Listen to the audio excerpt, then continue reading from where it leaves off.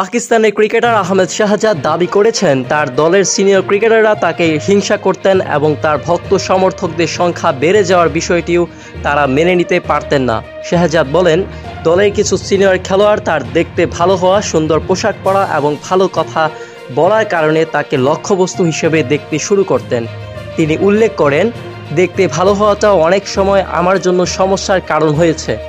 এছাড়াও শাহজাদ বলেন, তার বেড়ে ওঠা লাহোরের আনারকলি থেকে, যা ছিল একটি অপেক্ষাকৃত অগ্রসর এলাকা, এবং নিজেই নিজের ব্যক্তিত্ব গড়ে তুলেছিলেন। তিনি যোগ করেন, আমি ছোট একটি এলাকা থেকে এসেছি। যখন আমি স্বীকৃতি পেলাম তখন নিজেকে নিয়ে কাজ করেছি, ব্যক্তিত্বের বিকাশ ঘটিয়েছি, কিন্তু পাকিস্তান দলে তা একটা সমস্যার কারণ হয়ে দাঁড়িয়েছিল। পাকিস্তানের হয়ে 3 সংস্করণে 140 ম্যাচ খেলা শাহজাদ জাতীয় পর্যায়ে উঠে এসেছে লাহোরের আনারকলি থেকে।